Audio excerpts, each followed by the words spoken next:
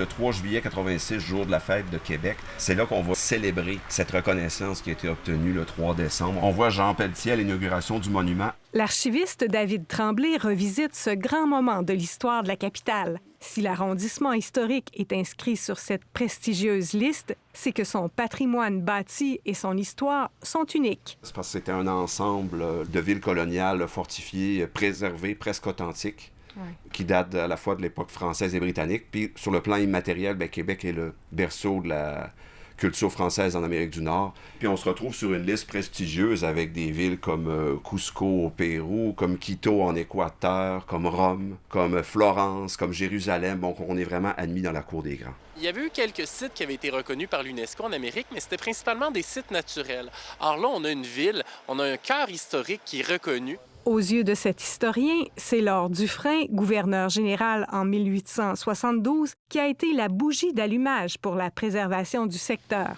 Dans les années 1870, Lord Dufresne va sauver les fortifications. À l'époque, on voulait les détruire pour faciliter la circulation. Et il va se dire, mais ça a une valeur patrimoniale absolument exceptionnelle. Développez votre potentiel touristique, développez votre potentiel patrimonial et conservez-les. Et dans ce rapport d'un comité spécial de la Ville de Québec, on voit qu'on fait la liste ainsi que les coûts de tout ce que propose de faire Lord Dufresne.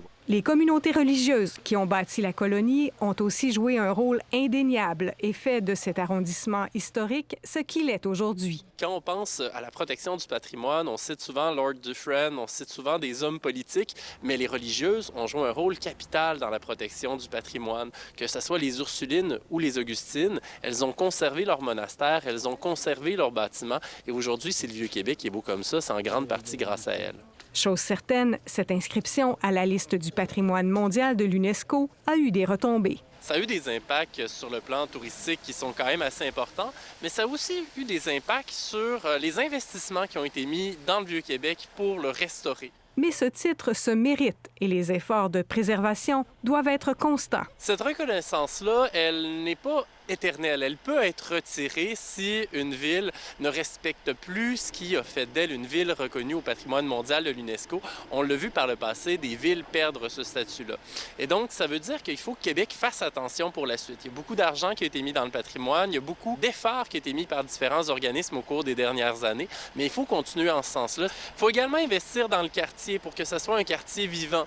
On ne veut pas que ce soit juste une carte postale, on veut aussi que ce soit un endroit où les citoyens puissent avoir une qualité de vie.